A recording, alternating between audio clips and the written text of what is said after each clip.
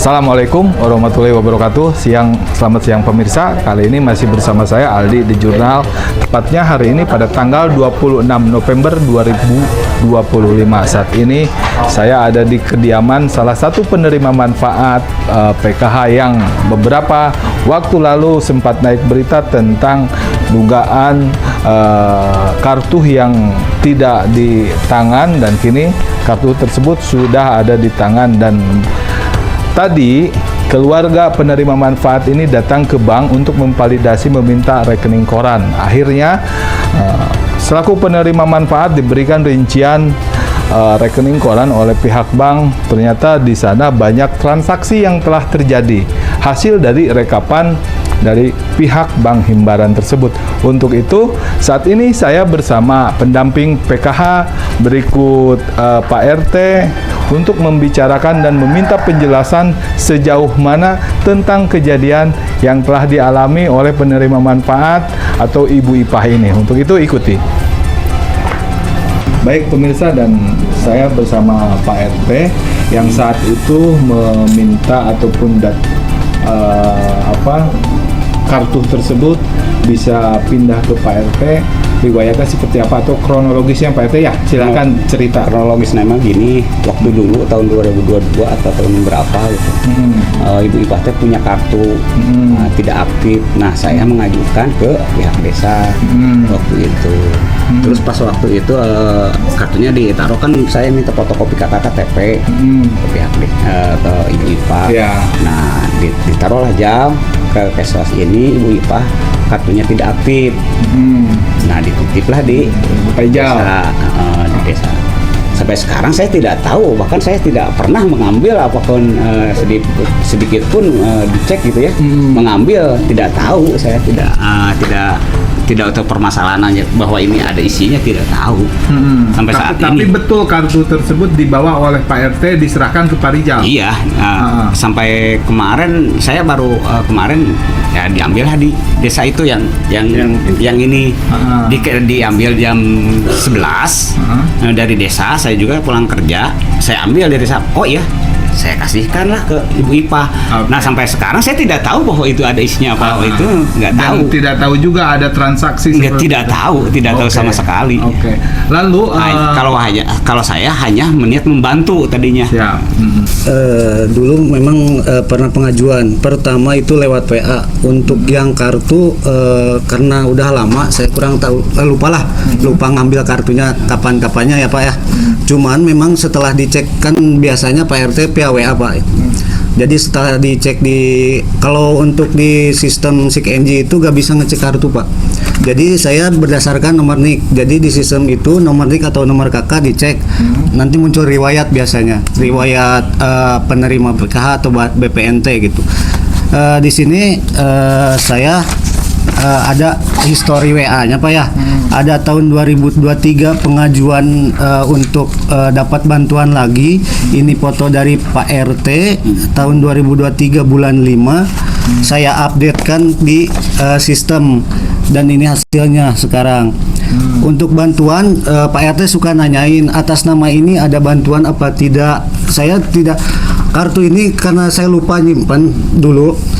Nanyain. Oh, ini update tahun berapa ini? Ini tahun 2023 Pak. Ini sesuai ini ya. Makanya lalu ini munculnya di sistem ini. Yang sekarang 2025. Iya, 2025 itu hasil updatean 2023 belum berubah gitu. Oke. Terus kalau untuk kartu saya lupa nyimpan atau gimana.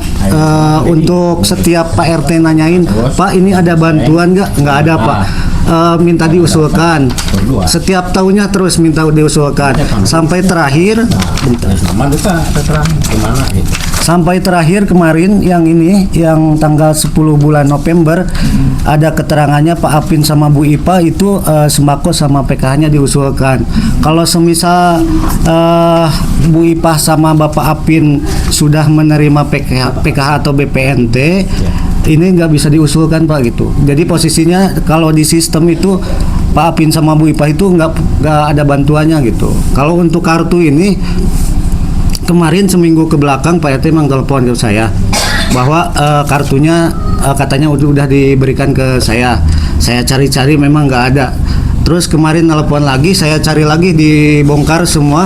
Ternyata sama fotokopi kakak KTP yang Pak Apit. Makanya kemarin itu ditelepon Pak RT, Pak ada kartunya, nanti saya berikan hari kemarin. Jadi sebentar, oke. Itu kan penjelasan teknis saat Bapak melakukan crossing atau checking data tersebut ya. Nah, yang saya pertanyakan, kartu saat diberikan oleh Pak RT ke Pak Rijal, apakah Pak Rijal itu cross check baik itu data KK atau KTP juga di sana terselip kartunya atau tidak? Karena udah lama ya Pak ya, lupa. Kan biasanya kalau untuk saya pribadi di desa itu nggak diambil Pak untuk kartunya. Karena kalau otomatis diambil juga buat apa? Saya contohnya seperti ini Pak, ada biasanya saya di foto untuk KKS. Kalau untuk fotokopinya biasanya saya ambil. Kurang tahu itu tersempil di KKTP karena sudah pengajuan terus disimpan, saya kurang tahu Pak. Kalau untuk itu biasanya seperti ini Pak. Untuk data saya foto KKTP sama kartu KKS-nya. Untuk kartu KKS biasanya dikembalikan lagi gitu. Oke. Jadi ya baik Pak RT atau Pak Rijal, apalagi Pak Dadan, ya riwayat yang dari data dari bank ini sama sekali tidak tahu ya? Iya, tidak tahu sama sekali. Ya, jadi menurut Pak Dadan sendiri gimana Pak? Kalau menurut saya Analisa Pak Dadan ya? Ya komentar asumsi gitu ya. Ini sepertinya yang saya temui baru ini Pak kasusnya. Biasanya antara data di aplikasi itu sama dengan data di lapangan. Tadi kan sudah dicek di aplikasi SIG-NG bahwa berdasarkan NIK keluarga ini, mana Pak Ijal coba lihat aplikasinya. Berdasarkan NIK si ibu ini bahwa datanya itu memang tidak dari riwayat bansos. Sementara yang terekam dalam aplikasi sekarang itu riwayat bansos baik sembako ataupun BPNT ataupun PKH itu dari awal 2024. Kalau saya lihat transaksi di sini kan ini mana tadi? Di sini di tahun 2024 itu ada transaksi kan? Tuh. Di tahun Seharusnya 2025 pun ada transaksi. Ya, saya urut dari sini dulu Pak, karena di aplikasi itu muncul historinya dari 2024. Sementara di sini muncul transaksi, tapi di histori bansos sendiri tidak ada. Ini saya tidak bisa berkomentar Pak, terus terang. Bahkan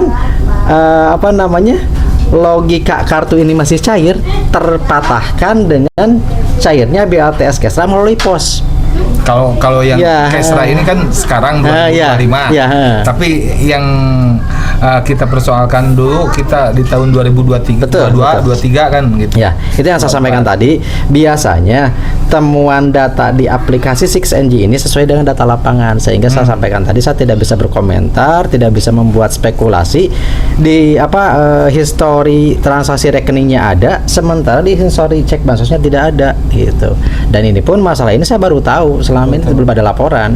Saya sampaikan bahwa kurang lebih 10 hari yang lalu saya terima info dari Pak RT bahwa ada warga yang memang berkeluh kesah tentang bantuannya tidak cair, minta dijelaskan oleh saya dan saya belum sempat gitu. Jadi tersebutnya nama saya oleh si ibu itu karena mungkin rencananya yang menjelaskan ini saya gitu.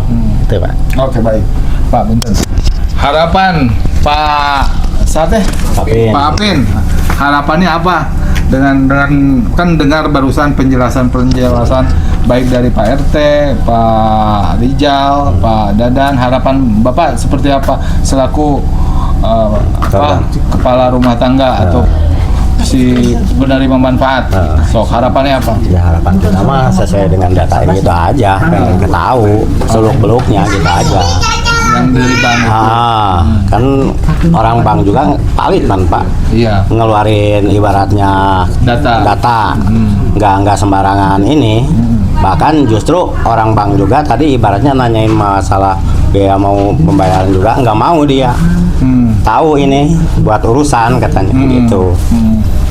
Oh, jadi tadinya Bapak mau memberikan sesuatu ke orang bank. Mereka menolak. Kata orang bank kan ini, Bu, kalau di print out dari awal nyampe sekarang ada biaya per lembar 2.000. Pada kenyataan 5.000. Sekarang mah pada kenyataan udah di print out begini, dia nggak mau. Nggak mau- Ditanya nggak mau ini nerima. ini Pak bayar nggak? Enggak. Ya udah bawa Bantu. aja bantu katanya ini. Udah berarti udah tahu dong Pak. Oke. Baik pemirsa, ini adalah hal yang menarik buat kami sikapi dan tentunya kami akan terus menelusuri bagaimana hal ini terjadi dan siapa nanti yang bertanggung jawab. Akankah persoalan ini masuk ke ranah hukum atau seperti apa nanti ke depan? Ikuti tetap bersama saya Aldi di Jurnal. Terima kasih.